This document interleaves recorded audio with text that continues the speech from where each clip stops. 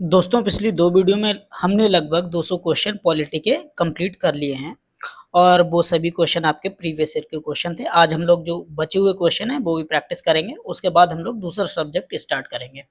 ठीक है दोस्तों, अगर आप इस चैनल पे नए हैं तो इस चैनल को सब्सक्राइब कर लीजिए, बेल आइकन को भी प्रेस कर लीजिएगा। दोस्तों आपसे अनुरोध ये है कि आप इस वीडियो को पूरा शुरू से लास्ट तक देखिएगा, तभी आपको इसका बेनिफिट मिलेगा, क्योंकि ये सभी क्वेश्चन बहुत ही इंपॉर्टेंट है। एक-एक क्वेश्चन मतलब छाँट के लाया गया है, ठीक है? और ये मतलब प्रैक्टिस क्वेश्चन है और हर एक क्वेश्चन आपका एग्ज़ाम में आ चुका है, ऐसा कोई क्वेश्चन नहीं जो एग्ज़ाम में नहीं आया हुआ है ना? तो ये प्रीवियस ईयर के क्वेश्चन है। तो चलिए अब हम लोग देर ना करते हुए स्टार्ट कर लेते हैं इन क्वेश्चंस को। जैसे कि 201 नंबर पे क्वेश्चन लिखा हुआ है, भारतीय संविधान का कौन-सा अनुच्छेद भारतीय नागरिकों को किसी विदेशी राज्य से कोई उपाधि स्वीकार करने से रोकता है? तो देखो, आप जानते हो कि इसका आंसर कौन सा होगा? अनुच्छेद 18 होगा। उपाधियों का अंत अनुच्छेद 18। अब देखो यहाँ पे समझो, अनुच्छेद 18 आपका एक मौलिक अधिकार है ना? तो मौलिक अधिकार के बारे में हम लोग पूरा डिस्कस कर लेते हैं, ठीक है? 1 मिनट का समय दो, फिर हम लोग स्टार्ट करते हैं इसको डिस्कस करना। हाँ, ठीक है। चलो यहाँ पे देखो, जैसे कि आपके मौलिक अधिकार हैं, कौन से भाग में है? मौलिक अधिकार, आप समझ लो पहले ध्यान से। अधिकार आपके ये तीसरे भाग में है, ठीक है? क्लियर बात? और ये आपके अनुच्छेद 12 से अनुच्छेद 35 के बीच में है, ठीक? चलो मैं सारी चीजें एक्सप्लेन कर देता हूँ। यहाँ पे आपको ये देखो, आपका 14 से लेके 18 तक ये समानता के मौलिक अधिकार है ना, समानता का। और उसके बाद आपका 19 से 22 तक के स्वतंत्रता है, ठीक है? 23 से लेके 24 तक ये है आपका शोषण के विरुद्ध अधिकार। तो ये मैं ऐसे ही ओरली बोल देता हूँ, लिख नहीं रहा हूँ, ठीक है? तो बाकी इसके टोटल 32 तक हैं, मतलब वो 35 तक है ना? अनुच्छेद 32 आपका क्या कहता है? संवैधानिक उपचारों का अधिकार। और आपका 25, 26, 27, 28, मतलब आपका 25 से लेकर के अनुच्छेद 28 तक ये है आपका धार्मिक और न्यायिक स्वतंत्रता। और आपका जो है 29 और 30 आपका है सांस्कृतिक, संस्कृति से जुड़ा हुआ है ना, धर्म और संस्कृति से। और अल्पसंख्यकों की संस्कृति से जुड़ा हुआ है ये 29 और 30। 31वां जो मौलिक अधिकार था वो अभी हटा दिया गया, पहले था। कब हटाया गया? वो 44वां संविधान संशोधन जब हुआ था 1976 में हुआ था, और उसको 300A में डाल दिया गया है और एक लीगल राइट यानी कि कानूनी अधिकार बना दिया है। जो आपका पहले संपत्ति रखने का मौलिक अधिकार था अनुच्छेद 31 के अंतर्गत, अब उसको एक कानूनी अधिकार बना दिया गया है ना, वो मौलिक अधिकार नहीं रहा। अब यहाँ पे देखो 18 में उपाधियों का अंत कहा गया, तो 18 इसका राइट आंसर है, ठीक है दोस्तों? अब क्वेश्चन नंबर 202 हम लोग डिस्कस कर लेते हैं। 1 मिनट में चेक कर लूँ क्या स्क्रीन प्रॉपर चल रही है? हाँ बिल्कुल, सारा कुछ सही है। तो अब हम लोग डिस्कस करते हैं बची हुई चीजें, ठीक। क्वेश्चन नंबर 202 में लिखा हुआ है कि भारतीय संविधान में उल्लिखित कितने रिट मौलिक अधिकार को लागू करते हैं? देखो 5 तरीके की रिट जारी की जाती है। कितने तरीके की? 5 तरीके की। इसमें देखो, रिट को सुप्रीम कोर्ट जो है वो अनुच्छेद 32 के तहत जारी करता है, और हाई कोर्ट जो जारी करता है वो 226 के अकॉर्डिंग जारी करता है, ठीक है दोस्तों? क्वेश्चन नंबर 203 पे मूव कर लेते हैं। 203 में लिखा हुआ है, निम्नलिखित में से कौन सा विकल्प भारत में पंचायती राज व्यवस्था के 3 स्तरीय टीयर को, या 3 टीयर बोल सकते हैं या 3 स्तर को बोल सकते हैं, को सटीक रूप से निरूपित करता है? तो देखो, आप जानते हो ग्राम पंचायत होती है, ब्लॉक असेंबली ये तो नहीं होती है, राज्यसभा ये भी नहीं है हमारा, ठीक है? तो आपने एक त्रिस्तरीय देखी होगी क्या, कि ग्राम पंचायत, नगर निगम और जिला परिषद। तो ये होता है आपका कौन सा ऑप्शन हो जाएगा 203 का? 203 का 1 मिनट मैं सही से देख लूं ना, नगर निगम कहाँ होता है इसमें? ग्राम पंचायत और ब्लॉक समिति और जिला परिषद होता है, ठीक है? कौन सा होता है? ग्राम पंचायत, ब्लॉक समिति, जिला परिषद। 200 माफ करना, इसका जो राइट आंसर है बी ऑप्शन है, ठीक। क्वेश्चन नंबर 204 पे मूव करें। चलो 204 पे मूव कर लेते हैं। भारत में पंचायती राज व्यवस्था की त्रिस्तरीय संरचना में कौन सा निकाय आधारभूत स्तर पर माना जाता है? तो सबसे जो बेसिक लेवल है वो है आपका ग्राम पंचायत। ठीक है, ग्राम पंचायत। ठीक है, चलो क्वेश्चन नंबर 205 में मूव करते हैं कि भारत के केंद्रीय मंत्रिपरिषद में कौन सा पद पदानुक्रम में प्रधानमंत्री पद के ठीक नीचे आता है? मतलब सबसे पहला राष्ट्रपति, फिर प्रधानमंत्री, और प्रधानमंत्री के ठीक नीचे कौन सा पद होता है वो आपको बताना है। तो ये है आपका कैबिनेट मंत्री। देखो प्रधानमंत्री के बाद कोई भी आपकी कैबिनेट मिनिस्ट्री होती है ना, और उसके बाद दर्जा किसका होता है? प्रधानमंत्री के बाद होता है कैबिनेट मिनिस्टर्स का। ठीक, सबसे पहले होता है प्रेसिडेंट, और फिर पीएम होता है, और फिर कैबिनेट मिनिस्टर होता है। ये सीएम लिख दिया मतलब कैबिनेट मिनिस्टर। ठीक, ये सीएम वो चीफ मिनिस्टर वाला नहीं है, कैबिनेट मिनिस्टर है। ठीक, चलो 206 पे डिस्कस कर लें। 206 क्वेश्चन नंबर है, शासन की स्थिरता के संदर्भ में संसदीय प्रणाली की सबसे बड़ी कमी क्या है? तो शासन की स्थिरता के संबंध में जो संसदीय प्रणाली की सबसे बड़ी कमी क्या है वो हम ऑप्शन पढ़ के देखते हैं। पहले, अविश्वास प्रस्ताव या गठबंधन विवादों के कारण सरकारें गिर सकती हैं, तो ये तो बिल्कुल होता है, ये सही भी है। और चुनाव प्रत्येक दशक में केवल एक बार होते हैं, ऐसा तो नहीं है, तो 10 साल में थोड़ी होता है चुनाव, हर 5 साल में होता है। न्यायपालिका प्रायः कार्यपालिका के निर्णयों को नकार देती है, ऐसा भी नहीं है। न्यायपालिका कार्यपालिका निर्णयों को हमेशा थोड़ी नकारती है। राष्ट्रपति किसी भी समय प्रधानमंत्री को बर्खास्त कर सकता है, ऐसा कुछ नहीं होता है। हमारा सिर्फ जो राइट आंसर है वो है ए ऑप्शन।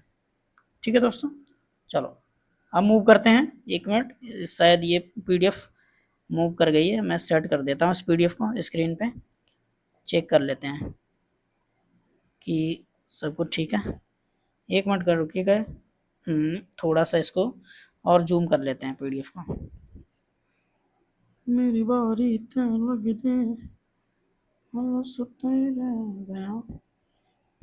ठीक है ठीक है। चलो क्वेश्चन नंबर 207 अब डिस्कस करें। ठीक है, 207 में क्वेश्चन में लिखा हुआ है कि भारत की दूर संचार क्रांति उदारीकरण का एक प्रमुख परिणाम है। ठीक, दूर संचार क्षेत्र की देखरेख के लिए 1997 में किस नियामक प्राधिकरण की स्थापना की गई थी? तो आप जानते हो इसके लिए TRAI इसकी स्थापना की गई थी, कम्युनिकेशन दूर संचार के लिए। TRAI का मतलब है T for telecom, telecom regulatory and authority of India, regulatory and authority of India, ये TRAI की फुल फॉर्म है। और जो हमारे जो नेटवर्क है, जैसे जियो हो गया, जियो सिम है ना, एयरटेल है, वोडाफोन है, इन सबको यही कंट्रोल करती है। कम्युनिकेशन से जो रिलेटेड चीजें हैं वो सब TRAI ही कंट्रोल करती है। चलो, और जैसे आपके जो रिचार्जेस हैं इनके रेट क्या फिक्स करती है, ये सब काम TRAI का ही है। ठीक है, चलो 208 क्वेश्चन नंबर पढ़ते हैं। 105 में संविधान संशोधन अधिनियम द्वारा राज्यों को कौन सी शक्तियां पुनः प्रदान की गई हैं? तो 208 का जो हम लोग, चलो पहले ऑप्शन पढ़ते हैं। जीएसटी करारोप है क्या 105 में संविधान संशोधन में? देख लें, और ऑप्शन देखते हैं। नए राज्य बनाने की शक्ति, नहीं ये तो नहीं है 105 में। चुनाव की तिथियां तय करने की शक्ति, ये भी नहीं है, ये भी नहीं है, ये भी नहीं। डी पढ़ते हैं, अन्य पिछड़ा वर्ग ओबीसी सहित सामाजिक और शैक्षणिक रूप से पिछड़े वर्गों का निर्धारण करने की शक्ति, यही है इसका 105 संविधान संशोधन। तो डी ऑप्शन इसका बिल्कुल राइट आंसर है। ठीक है, 208 नंबर का क्वेश्चन। ठीक, अब 209 पढ़ते हैं। भारत में पंचायती राज व्यवस्था में विकेंद्रीकृत नियोजन को लाभप्रद क्यों माना जाता है? जो पंचायती राज व्यवस्था है उसको विकेंद्रीकृत नियोजन को लाभप्रद क्यों माना जाता है? तो देखो इसका मैं डायरेक्ट आंसर बता देता हूँ। ये स्थानीय समुदायों को आवश्यकता आधारित विकास पहलों को तैयार करने की अनुमति देता है। इसका राइट आंसर है बी ऑप्शन, यही करेक्ट है। ठीक है दोस्तों, अब हम लोग 210 पे मूव करते हैं। भारत के संविधान के अनुच्छेद 75 के अंतर्गत, 75(4) के अंतर्गत, ठीक है, कि इसके अंतर्गत केंद्रीय मंत्रियों को पद और गोपनीयता की शपथ कौन दिलवाता है? तो 75 4 के अंतर्गत जो पद की गोपनीयता की जो शपथ दिलवाई जाती है वो भारत के राष्ट्रपति द्वारा दिलवाई जाती है। और 75 में कौन है? ये आपके पीएम है। ठीक है, भारत का राष्ट्रपति दिलवाता है शपथ। तो चलो 2000 बोल रहा हूँ 211 है। ठीक, 211 क्वेश्चन नंबर है। सर्वोच्च न्यायालय अनुच्छेद 32 के तहत केवल किस विशिष्ट उद्देश्य के लिए रिट जारी कर सकता है? तो आप जानते हो जो रिट जारी करता है वो मौलिक अधिकारों के लिए रिट जारी करता है सर्वोच्च न्यायालय, है ना। आर्टिकल 32 में अभी हम लोगों ने डिस्कस किया भी था कि 5 तरीके की रिट जारी करता है सर्वोच्च न्यायालय, किस आर्टिकल के तहत? 32 के तहत, और उच्च न्यायालय 226 के तहत। ठीक है, चलो 212 क्वेश्चन नंबर डिस्कस करते हैं। उच्च न्यायालयों में न्यायाधीशों की नियुक्ति करते समय भारत के राष्ट्रपति को भारत के मुख्य न्यायाधीश और संबंधित राज्य के मुख्य न्यायाधीश के अतिरिक्त किन अधिकारियों से परामर्श करना आवश्यक होता है? तो यहाँ पे देखो राज्यपाल से भी परामर्श लेना आवश्यक होता है। जैसे मान लो कि उच्च न्यायालय में कोई जज उनको मतलब नियुक्त करना है न्यायाधीश को, ठीक, तो मुख्य न्यायाधीश से तो डिस्कस होगा ही होगा, वहाँ के जिस स्टेट में उनको नॉमिनेट करना है वहाँ के जो गवर्नर होते हैं उनके साथ भी डिस्कस करना पड़ेगा। तो इसलिए डी ऑप्शन इसका राइट है। ठीक, क्वेश्चन नंबर 213 मूव कर लेते हैं। सहकारी समिति कानून के अंतर्गत निम्नलिखित में से किसे अपराध माना जाता है? तो किसको अपराध माना जाता है? सभी हम लोग पहले ऑप्शन पढ़ लेते हैं और फिर आंसर फाइंड करते हैं। सही रिटर्न प्रस्तुत करना, सही रिटर्न प्रस्तुत करना अपराध थोड़ी होगा। राष्ट्रपति निर्वाचन से दूर रहना, ये भी कोई अपराध नहीं है। साप्ताहिक बैठकें आयोजित करना, गलत जानकारी देना, ये अपराध माना जाता है। ठीक, गलत जानकारी देना ये। 214 क्वेश्चन नंबर डिस्कस करते हैं। निम्नलिखित में से क्या भारत के न्यायिक समीक्षा का एक प्रमुख कारण है? न्यायिक समीक्षा का एक प्रमुख कारण क्या है? ठीक, तो संविधान की सर्वोच्चता और मौलिक अधिकारों की रक्षा करना, यही है। राइट आंसर है ए ऑप्शन, बाकी ऑप्शन पढ़ने की जरूरत ही नहीं है। चलो 215 डिस्कस करें। भारतीय संविधान की 6ठी अनुसूची किस क्षेत्र के जनजातीय क्षेत्रों के प्रशासन से संबंधित है? तो पूर्वोत्तर भारत के राज्यों, अब मैं बता देता हूँ राज्यों के नाम, देखो। हाँ, असम, त्रिपुरा, मेघालय, मिजोरम। कौन से राज्य हैं? असम, त्रिपुरा, मेघालय, यहाँ पे लिख देता हूँ, मेघालय और मिजोरम, ये 6ठी अनुसूची में है, उनको विशेष प्रशासनिक क्षेत्र का दर्जा मिला हुआ है। ये पूर्वी भारत के राज्य हैं, पूर्वोत्तर, इसलिए पूर्वोत्तर भारत का इसका राइट आंसर हो जाएगा। ठीक है दोस्तों, चलो क्वेश्चन नंबर 216 को डिस्कस कर लेते हैं कि 216 में क्या लिखा हुआ है। भारत का राष्ट्रपति निर्णय लेने के संबंध में अपने कार्यकारी कार्यों का प्रयोग किस प्रकार करता है? तो ए ऑप्शन पढ़ते हैं, राष्ट्रपति, प्रधानमंत्री और केंद्रीय मंत्रिपरिषद की सलाह पर। बिल्कुल, राष्ट्रपति इसी तरीके से सबसे प्रधानमंत्री और जो कैबिनेट मिनिस्ट्री है उससे सलाह पे सारे के सारे काम करता है। ठीक, अब क्वेश्चन नंबर 217 डिस्कस करते हैं। क्वेश्चन नंबर 217 में क्या लिखा हुआ है, चलो पढ़ लेते हैं। मई 2025 में निम्नलिखित में से कौन भारत के 25वें मुख्य न्यायाधीश बनेंगे? अब तो बन चुके हैं, मतलब 2025 मई तो निकल ही गया है, और इस टाइम जो हमारे मुख्य न्यायाधीश हैं वो हैं, कौन है भाई? ऑप्शन पढ़ लेते हैं। 217 का गवई, हाँ, बी आर गवई है ना, भूषण रामकृष्ण गवई, इनका नाम है भूषण रामकृष्ण गवई, बी आर गवई। ये हमारा 25 में है, जो कि मई 2025 में नॉमिनेट हुए हैं, और ये 25वें मुख्य न्यायाधीश बने हैं। ठीक, 218 क्वेश्चन नंबर को पढ़ते हैं। 218 में क्या लिखा हुआ है? भारतीय संविधान के अनुच्छेद 164(3) के अंतर्गत राज्य मंत्रियों को पद की शपथ कौन दिलाता है? देखो 164(3) के तहत, ठीक, 164 जो 3 है इसके तहत उस राज्य का राज्यपाल शपथ दिलाता है। ठीक, 219 को डिस्कस करते हैं। भारतीय संविधान के किस अनुच्छेद के तहत मौलिक अधिकारों के प्रवर्तन के लिए रिट जारी करने की शक्ति सर्वोच्च न्यायालय में निहित होती है? तो आपको पता है रिट किसके अकॉर्डिंग सर्वोच्च न्यायालय जारी करता है? ये आर्टिकल 32 के तहत। आर्टिकल 31 के तहत तो वो होता है जुडिशियल की जो प्रेसिडेंट है वो सुप्रीम कोर्ट से सलाह ले सकता है ना, वो आर्टिकल 113। लेकिन हमारा जो राइट आंसर है वो कौन सा है? हमारा जो राइट आंसर है वो है ऑप्शन सी। एक मिनट, इसको मैं अरेंज कर दूं, तो हमारा राइट आंसर है वो तो ऑप्शन सी है, ये वाला। ठीक, चलो। भारतीय संविधान के भारत निम्नलिखित में से किस अनुच्छेद में, क्वेश्चन नंबर 220 पढ़िए, भारतीय संविधान के निम्नलिखित में किस अनुच्छेद में भारत में निर्वाचन आयोग की स्थापना का उल्लेख किया गया? तो निर्वाचन आयोग हमारा अनुच्छेद 324 में है। चलो 106 क्वेश्चन नंबर पढ़ते हैं। अरे 106 कहाँ से, 221, आज क्या है यार, दिमाग खराब चल रहा है। 106 में 106वें संशोधन अधिनियम के अंतर्गत महिलाओं के लिए कितने प्रतिशत सीटें आरक्षित हैं?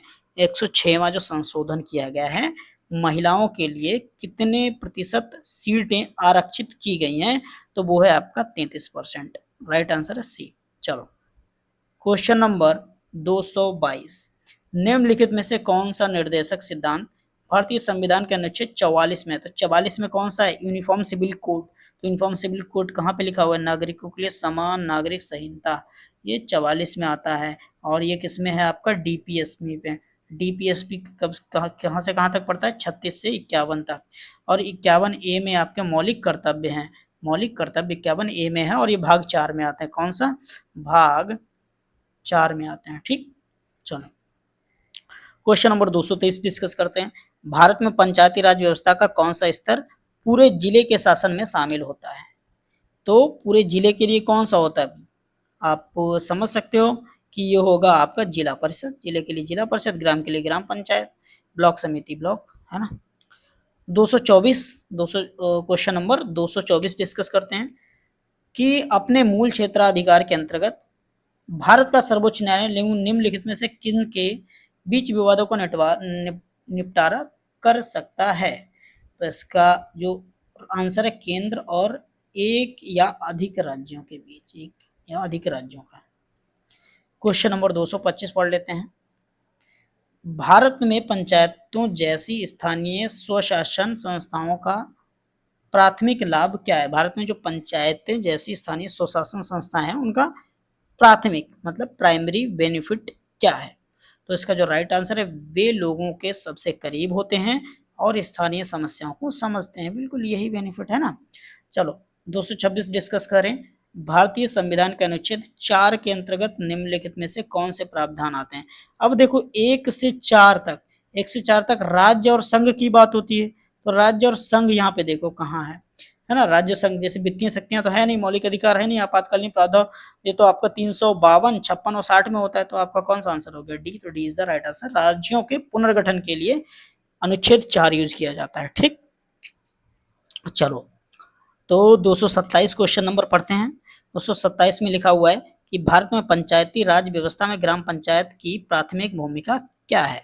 तो प्राथमिक भूमिका इसकी कितनी है? वो कितनी है बोल रहा हूँ, क्या है मतलब प्राथमिक भूमिका क्या है?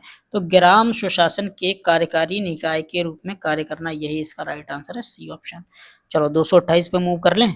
228 में क्या लिखा हुआ है कि 103 में संशोधन अधिनियम 2019 के अंतर्गत आर्थिक रूप से कमजोर यानी ईडब्ल्यूएस इकोनॉमिक वीकर सेक्शन के लिए आरक्षण का अधिकतम प्रतिशत कितना है? ईडब्ल्यूएस के लिए देखो कब ये आरक्षण लागू किया गया था? 103 में संविधान संशोधन अधिनियम के अंतर्गत 2019 के अंतर्गत। ठीक, तो इसका जो आपका राइट आंसर है वो है आपका 10%, सी ऑप्शन। 229 नंबर क्वेश्चन, भारत में नगर पालिकाएं मुख्यतः किसके लिए जिम्मेदार होती हैं? तो देखो राष्ट्रीय चुनाव तो नगर पालिका जिम्मेदार होती नहीं है। भारत में सभी पत्तन पर नियंत्रण तो करती नहीं है। रक्षा संबंधी ने ये कुछ थोड़ी होता है। डी ऑप्शन आप डायरेक्ट देख सकते हो, छोटे शहरों कस्बों के प्रशासन के बारे में नगर पालिका जिम्मेदार होती है। ठीक है, क्वेश्चन नंबर 230, यदि भारत में कोई नगर पालिका अपना कार्यकाल पूरा होने से पहले ही भंग हो जाए तो क्या होगा? तो 6 महीने के भीतर नया चुनाव हो जाना चाहिए, बस। बी ऑप्शन बिल्कुल राइट हो गया। 231 मूव करें। यदि कोई भारतीय नागरिक स्वेच्छा से किसी अन्य देश का नागरिक बन जाए तो क्या होगा? चलो ऑप्शन पढ़ते हैं, आप खुद ट्राई करो, इसका आंसर आप खुद दे सकते हो। उसे सरकार की मंजूरी लेनी होगी? नहीं, उसकी भारतीय नागरिकता स्वतः ही समाप्त हो जाएगी। यही है, अगर आप देखो किसी देश में आप नागरिकता ले लेते हो तो भारत की नागरिकता अपने आप ही खत्म हो जाती है। ठीक, 232 क्वेश्चन नंबर पे मूव करते हैं। नागरिकता अधिनियम 1955 के अंतर्गत निम्नलिखित में से किसकी अनुमति नहीं है? तो दोहरी नागरिकता यहाँ पे नहीं है भारत में, तो यही राइट है। पंजीकरण कराना होता है नागरिकता के लिए, नागरिकीकरण, वंशज आधारित नागरिकता, लेकिन दोहरी नागरिकता यहाँ नहीं है, इसलिए नहीं पूछा, इसलिए हमारा ए राइट आंसर है। 233 पे देखते हैं क्या लिखा हुआ है। भारतीय संविधान के 42वें संविधान संशोधन को सामान्यतः किस नाम से जाना जाता है? जो 42वां संविधान संशोधन है ये आपका हुआ था 1976 में, और ये इसको मिनी कॉन्स्टिट्यूशन, लघु संविधान संशोधन बोला जाता, लघु संविधान बोला जाता है। क्यों? क्योंकि इसमें बहुत सारे संशोधन किए गए थे। इसी संशोधन में आपका देखो समाजवादी, प्रस्तावना में ये शब्द जोड़े गए थे, समाजवादी, पंथ निरपेक्ष और अखंडता जोड़ा गया था। ठीक, तो इसमें बहुत सारे संशोधन हुए हैं, इसलिए इसको मतलब यही एक नहीं हुआ, और भी बहुत सारे हुए हैं, इसलिए इसे मिनी कॉन्स्टिट्यूशन बोल दिया गया। ठीक, 234 क्वेश्चन नंबर पे मूव करते हैं। सर्वोच्च न्यायालय में न्यायाधीशों की नियुक्ति करते समय राष्ट्रपति को निम्नलिखित में से किससे परामर्श करना चाहिए? ठीक, तो 234 का जो राइट आंसर है, भारत के जो मुख्य न्यायाधीश हैं उनसे परामर्श करना चाहिए। ठीक, न्यायालयों में जो न्यायाधीश नियुक्त करने हैं तो किससे परामर्श लेगा? मुख्य न्यायाधीश से। 235 डिस्कस करते हैं। भारत में विभिन्न राज्यों और केंद्र शासित प्रदेशों के बीच राज्यसभा में सीटें आवंटित करने का प्राथमिक आधार निम्नलिखित में से कौन सा है? तो प्रत्येक राज्य या केंद्र शासित प्रदेश की जनसंख्या के अकॉर्डिंग, मतलब बी ऑप्शन इसका राइट आंसर है, बी ऑप्शन। क्वेश्चन नंबर 236 पे मूव कर लेते हैं कि भारत में राष्ट्रीय मानवाधिकार आयोग का मुख्यालय कहाँ पे है? तो राष्ट्रीय मानवाधिकार आयोग का मुख्यालय नई दिल्ली में है, डी ऑप्शन बिल्कुल राइट है। 237 पे मूव करते हैं। जब कोई भारतीय नागरिक अपनी नागरिकता का त्याग करता है तो क्या होता है? तो भाई अपनी भारतीय नागरिकता खो देता है, सिंपल सी बात है, कोई त्याग कर रहा है मतलब खो दे रहा है। ठीक है। 238, भारत में पंचायती राज व्यवस्था के संदर्भ में ग्राम पंचायत शब्द का क्या अर्थ है? ग्राम पंचायत शब्द का जो अर्थ है, ग्राम स्तर पर स्थानीय सरकार, ग्राम स्तर पर जो प्रधान होते हैं वो ग्राम स्तर पर स्थानीय सरकार होती है ना, तो बी ऑप्शन इसका राइट हो जाएगा। 239 क्वेश्चन नंबर में लिखा हुआ है कि भारत में नगर पालिकाओं में प्रतिनिधियों का कार्यकाल कितना होता है? जो भारत में नगर पालिकाएं होती हैं तो उनका जो कार्यकाल होता है, वहां पे जो प्रतिनिधि होते हैं उनका कार्यकाल कितना होता है? तो 5 वर्ष का होता है, सिंपल सा। ठीक, क्वेश्चन नंबर ये डिस्कस करते हैं कि 240 अप्रैल 2025 तक की स्थिति के अनुसार भारतीय संविधान की 8वीं अनुसूची में कितनी भाषाएं? तो अभी जो भाषाएं 22 हैं। ठीक है, 22 भाषाएं। 241 पे मूव करते हैं। 101 में संविधान संशोधन अधिनियम 2016 के द्वारा कौन सा प्रमुख कर सुधार पेश किया गया है? 241 का राइट है। 101 वाला जो वस्तु एवं सेवा कर यानी GST, goods and service tax, ये तो आपका 2016 में आया था 101 में संविधान संशोधन से। 242वां क्वेश्चन नंबर पढ़ते, 86वां संविधान संशोधन अधिनियम 202 द्वारा कौन सा मौलिक अधिकार विशेष रूप से बच्चों के लिए पेश किया है? 86वां संविधान संशोधन अधिनियम, ये बच्चों को निःशुल्क और अनिवार्य शिक्षा का अधिकार दिया गया था इससे। तो दोस्तों आज हमारे ये पॉलिटी के सभी क्वेश्चन हो चुके हैं। मैंने इस वीडियो को इंक्लूड करके टोटल 3 वीडियो हो जाएंगे और इसमें आपको 242 क्वेश्चन टोटल प्रैक्टिस कराए हुए हैं। तो अगर आपने वो पहले की वीडियो नहीं देखी है तो वो भी देख लीजिएगा, और अगर आपको वीडियो अच्छी लगी तो वीडियो को लाइक कर दीजिए और चैनल को दोस्तों सब्सक्राइब भी कर दीजिए। ओके गाइज, मिलते हैं नेक्स्ट वीडियो में, तब तक के लिए पढ़ते रहिए। Okay, thank you guys, bye bye, take care.